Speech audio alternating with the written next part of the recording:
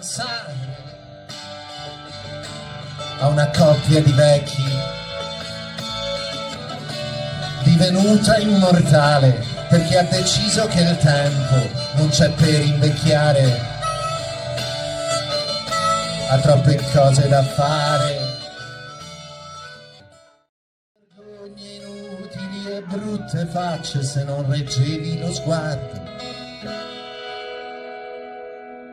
Eri un cane bastardo.